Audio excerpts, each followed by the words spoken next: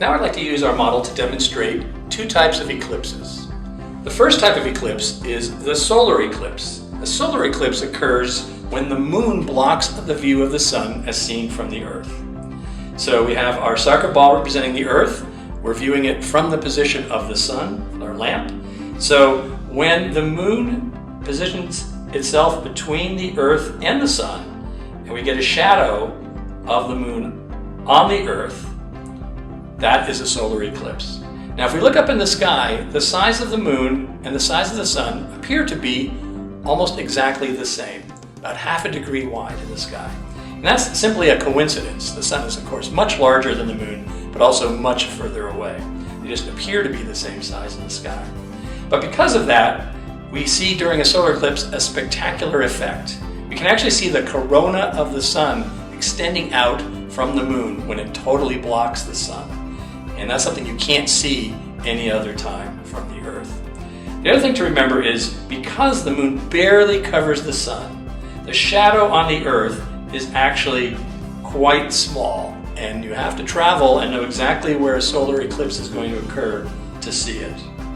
Now we'll notice that the solar eclipse can only occur when the moon is between the Earth and the sun. And so a solar eclipse can only occur during the new moon phase.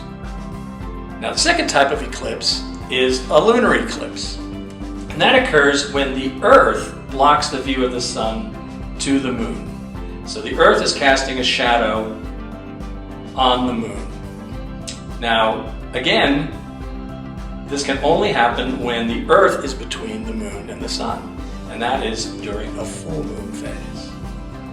During a lunar eclipse, the entire moon can be blocked out by the Earth. The reason for that is, remember, the Earth is 4 times larger, 4 times wider than the moon. So if you're on the moon looking back at the Earth, you'd see something 4 times larger than the sun, and so that shadow is much larger on the moon. One interesting thing about lunar eclipses is during the eclipse, you can still see the moon. It looks like a coppery red color. So why is that if it's in the shadow of the Earth? Well, the reason is that the Earth has an atmosphere.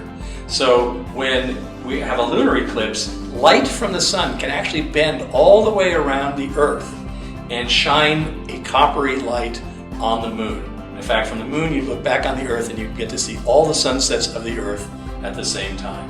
So when we're seeing a lunar eclipse, we're seeing that light reflected back to us from the moon. So one question you may have is, why don't we have a solar eclipse every time there's a new moon and have a lunar eclipse every time there's a full moon?